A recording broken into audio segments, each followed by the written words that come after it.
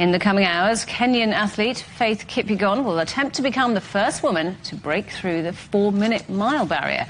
Nike's Breaking 4 event is taking place in Paris and will be streamed live across the world. It's hoping to recapture the attention of women as the sportswear giant looks to improve its image. In the 3 years to 2024, Nike's share of the global sports footwear market dropped from 28.8% down to 26.3% as shoppers defected to smaller, newer brands. The main reason? A drop-off in the brand's popularity with women.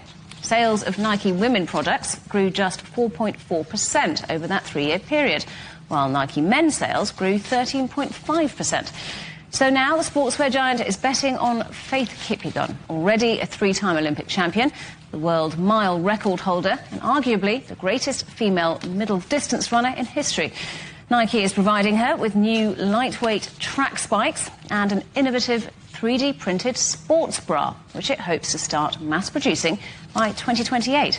Well, let's talk now to Scott Moore, who's a manager at Brand Finance. Good to see you, Scott. So is this tie-up with Faith Kipyegon a gimmick or something that could genuinely bring in new female customers? I think success in this sub-4-minute mile attempt would be a truly historic and groundbreaking achievement. And really testament to Nike's R&D efforts in producing equipment that can really kind of push athletes beyond seemingly kind of unbreakable barriers.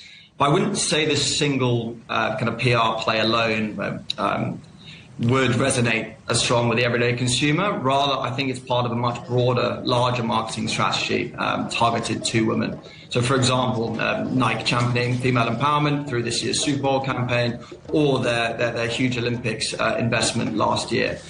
Those are going to be the real bigger platforms in Nike's attempt to win back some of this preference among the female audience. But all of that hasn't worked so far, hasn't it? Why has Nike been losing female customers up to this point? Well, I think the context is important here. So Nike is still the strongest and most valuable brand in this sector. They virtually top all key brand funnel metrics that we research at Brand Finance, such as awareness, brand love. Among female audiences, usage of Nike is at 50%, and 3% more have a brand preference for Nike over Adidas. That said, our research shows that male audiences definitely have a stronger affinity. And it's likely this over-focus on mass market appeal in recent years that has opened the door to some of these specialized brands that are entering the market who are capitalizing on these trends, moving away from Nike's core offering. These brands have a much clearer value proposition targeted towards women, and I guess ultimately starting to eat away at this kind of segment of the market that Nike's slowly been losing.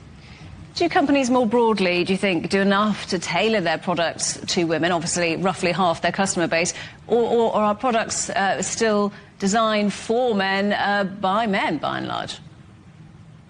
Well, what I find interesting, again, based on another piece of research we do at Brand Finance, is the drivers of consideration of particular apparel brands. So what are the key messages that brands want to communicate to? And particularly amongst women, stylish or being stylish is much more important than it is for men. And that's why we've seen a lot of these new entrants into the market, these new brands like Sweaty Betty or Tala coming in with that clear value proposition. And again, this kind of design-focused, specialized product.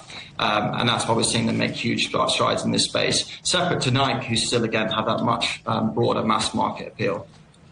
Scott, good to talk to you. Thanks for coming on the programme. That's Scott Moore from Brand Finance.